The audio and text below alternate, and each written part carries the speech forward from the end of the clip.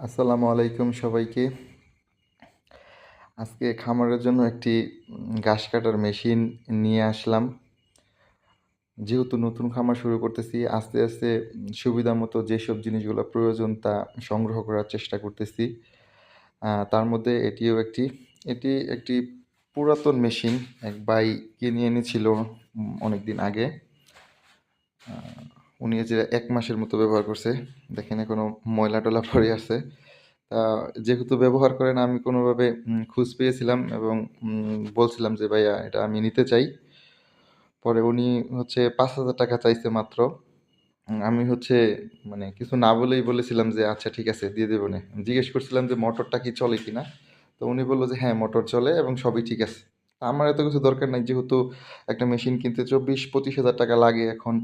আ ৫,০০০ টাকা খুব বেশি না। মোটরটা চললে বাকি সব মেরামত করা যাবে। নিয়ে আসলাম, ৳২০০ ভাড়া দিয়ে ফার্ম পর্যন্ত নিয়ে আসছি। এখন এটা হচ্ছে স্টার্ট করতে চাচ্ছি, দেখি আসলে চলে কিনা। আসলেই আমি চেক করে আনি নাই, যেহেতু দাম কম। ইলেকট্রিক লাইনটা লাগাই নেই, লাগিয়েছি। সুইচটা কোথায়? সুইচটা এই যে এদিকে। ওয়াও!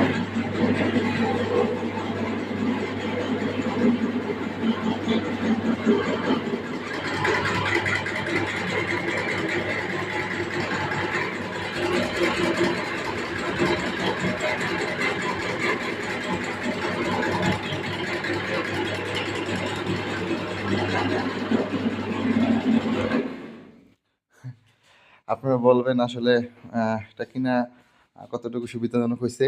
আমি ভাবছিলাম চলবেই না। এখন দেখি খুব ভালোই চলতেছে। যাক, ব্লেডগুলা দাঁড়-টাড় দিয়ে পরে দেখা যাক কি কাজ হয় কিনা।